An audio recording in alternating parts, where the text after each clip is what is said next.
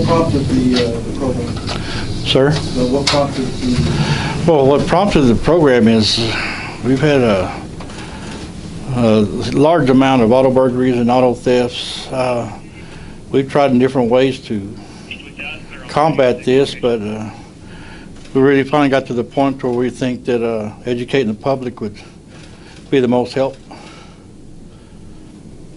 What seems to be the biggest problem that you face? With these auto thefts and auto burglaries is... Why do you think there's so many?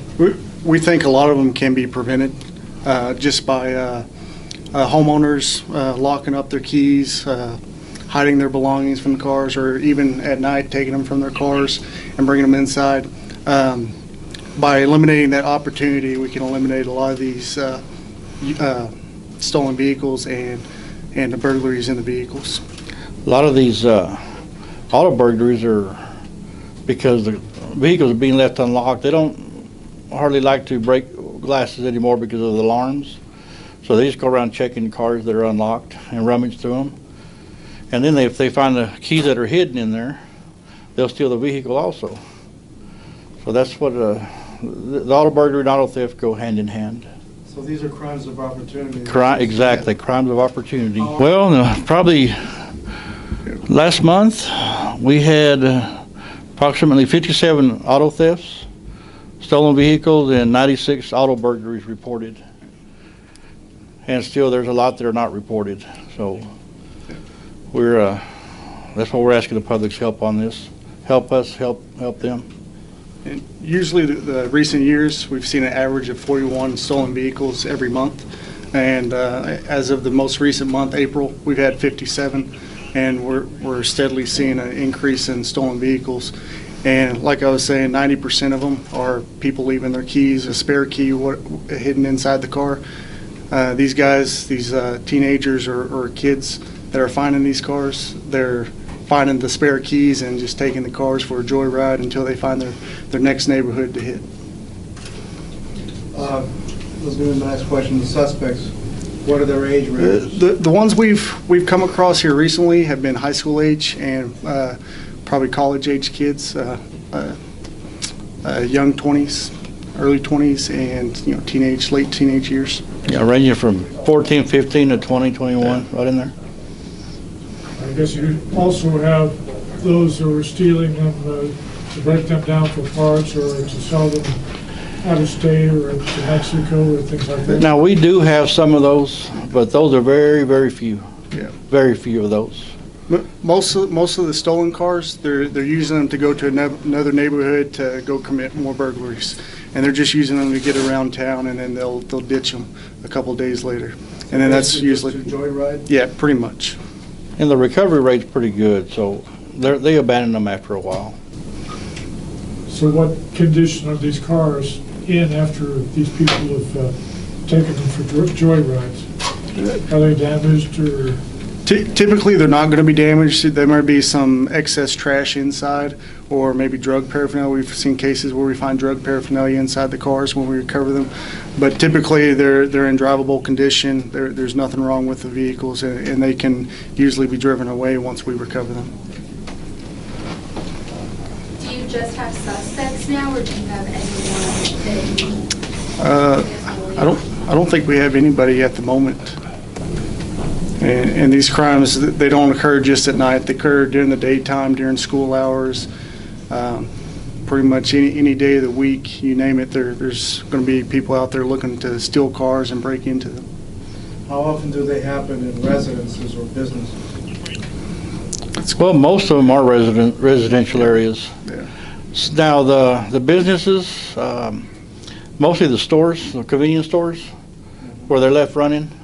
Someone will go inside, leave it unattended running, which is illegal. People actually leave the car. Yes, sir. And I don't understand why.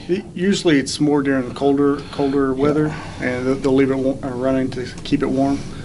And they'll run into like a 7-Eleven or a Stripes and come out and their car's gone. It happens that quick.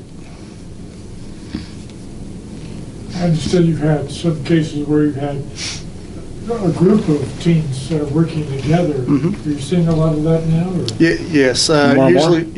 Usually when that happens, which more and more, it's it's been high school kids. They're students in the local high schools, and they're traveling around in groups, and there'll be a whole carload full of them going around through these neighborhoods, looking into cars and taking whatever they find interesting. Could you tell me what is the percentage as far as the increase between this year and last year? I have no idea the percentage amount, but there's 57 stolen last month, and our average is 41. So I would say it's becoming more common. We're going to be around the 57 for the stolen vehicles for the month. These are the stolen vehicles? Yeah, stolen vehicles. As far as, I don't remember what the average was last year for the auto burglaries, though. I can get with Steve and get you that information, though. So there's 57 last month for stolen vehicles? Yes, and then auto burglaries, how many did that? 96 last month. Do any of the victims explain why they left the cars unlocked or the keys in the ignition? Just not really. No one really has an excuse for it other than just absent-mindedness. And some of them, they don't really do that. Yeah. And sometimes they'll have an extra key in the console or wherever, laying in the seat. And others, just for convenience, leave them in there. But like I said, majority of them are left unlocked, and when they find the keys, then they take the car also. Do you know if it's just a band of guys, like just a few guys? It's not, no, well, we wish it was, but it's not. It's going to be different groups, and then they'll break off one group, half of them will start their own group, and it just goes from there. And summer's coming on, more kids will be out of school at night. I mean, they'll be not having to be in on time, so that's another thing that's going to bring the rate up if we don't get a bite on it pretty quick.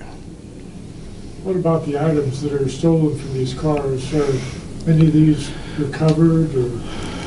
Much of it is recovered. Anything with the serial number, if they keep track of their property with serial numbers, we can flag it for pawn shops and stuff like that in case somebody tries to steal or tries to pawn off the stolen items. We're starting to see a lot more like personal documents, social security cards, billing information, stuff like that can be used for identity crimes. We're starting to see a lot of that stuff missing from these vehicles as well, which is another point. We want citizens to know that they shouldn't keep those sorts of items in their cars. They should keep them safe and secure inside your residence. We've had a lot of social security cards stolen. Checkbooks. Yeah, checkbooks, bank statements, anything that these guys can get their hands on to use in fraud crime. I guess a lot of the pawn shop owners, operators are working with you on noting when some of the people come in with these things that don't have receipts for them. Yeah. They've been very cooperative. I don't know of any pawn shops that haven't been cooperative with us as far in that aspect. Usually they're pretty good working with the detectives, letting us know which people are coming in the most frequently. Kind of gives us an idea of who to look for, especially if they're pawning stolen items. They've been very forthcoming with information in the past. How can people come in contact with you if you have recovered something that maybe they have had stolen? If they find property of theirs that has been stolen and they've reported it stolen, rather than confront the individual or the persons responsible, we recommend that they contact us first and let us recover that property for them. That way there's it kind of takes away any danger that they may put themselves in. Are they hitting gated apartment complexes, or is it mostly just residential streets? They do hit the apartment complexes, but for the most part, it's going to be your neighborhoods, your communities that aren't going to be gated and closed off. So I guess you're recommending, people lock their cars, take their keys. Mm-hmm. We've heard that PSA many times. Mm-hmm. Are there any other things that they can do? I know motion lights help. They may deter some of this. We've gotten a lot of suspects based off home surveillance security systems, stuff like that. That always helps when we get a picture of these guys. And one thing that a lot of people don't call in because they went and checked their doors or opened their car and looked through it and didn't take anything, so they don't report it. But this same suspect may have gone 2 houses down and burglarized someone, and they have them on video over here, and we may not know about it. So, I mean, even if they'll let us know that, it could help solve a crime down the street from them. Are there some vehicles that suspects will not touch, or is it like Everything. everything, even patrol cars? Well, like I was telling It's happened in the past. Yep. We've had stuff taken from patrol cars or detective units in the past, but it doesn't happen that often. Yep. I mean, they're brazen. They just walk up to it, everything, and check doors, and they just walk off just quietly. That's why I say they don't hardly break windows. Every once in a while they do, but it's not very common for them to break a window to get in a vehicle. And if they do, it's because they shine their light in there and maybe they saw a laptop, something they really, really want, and it's locked, and they'll break it. That's why everything needs to be put up, well hid. But most of the time they won't, because they'll trigger the alarm. Yes, sir. Or they're afraid it's going to. Yes. What about for business owners, like car dealerships that have had their tires stolen? I know a couple of the car lots, they've started employing a nighttime security. Other than that, and surveillance video, and we try to patrol them as much as we can during the nighttime. But we're really trying to focus on the neighborhoods mostly, because we've had this rise in the neighborhood auto burglaries. But if they can employ security guards during the nighttime, or I know some of them will chain off their parking lot, keep people from driving into their parking lot where they can hide and blend in with their the vehicles that they're selling. If they can chain that off and get security, that'd probably be their best bet in making sure that their tires and wheels aren't stolen. Do you think this increase is affected in any way by the fall in the economy? I defer to you. I don't think the economy has anything to do with it, because a lot of these are juveniles, and they just do it for the fun of it, or just to see what they can get. Some of them are in it because they need the money, like he said, for the drugs. I mean, but that's been going on for a long time, and it'll continue to. But I think our increase is because of a lot of these younger adults and the juveniles that are getting out there and just seeing what they can find, and just for whatever benefit they get out of it. Is there any particular day of the week that they are more active than others, or? Just about every day, every night, during every lunchtime hours. There's somebody out there breaking into cars in the neighborhoods. Mostly at night, or you're saying lunchtime? It's both. It's probably even night and day for us here in Odessa. Yeah, we can drive through your neighborhood and see someone standing talking on the phone in the yard. We don't know if they live there or not. Y'all may see this and no, this person doesn't belong here, or this car I've never seen. We'll be glad to check it if they're still there when we get there. We really will. If they belong there, well, that's fine. But we check everybody that we get called on, and it's really good. It'd be a good deterrent too. I mean, even if we can't find any reason to keep them after that, at least they know that someone's calling in on them in that neighborhood. Could y'all just reiterate, the central message that you're trying to get out? Well, the message is, please lock your cars, whether you're at home or at a business. If you have property in there, hide it well if you're away from home. If you're at home, take your property out of there. And please don't leave any extra keys in there also.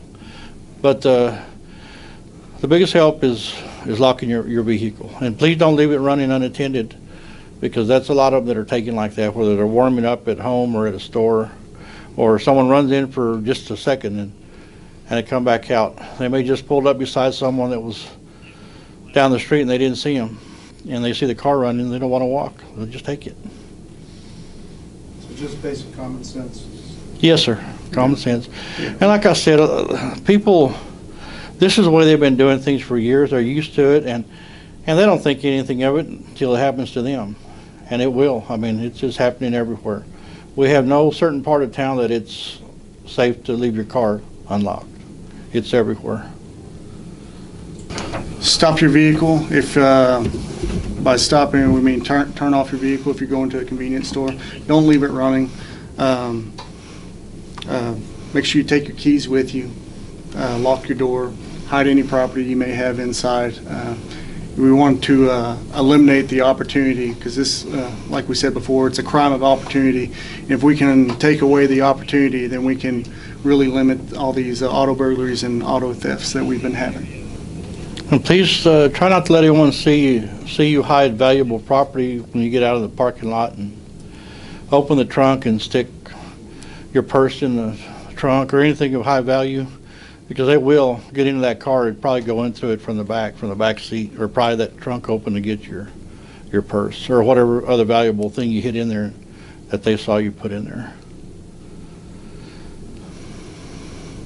Going back to what you previously said, how this happens at any time of the day, kind of like you're insinuating that they're brave.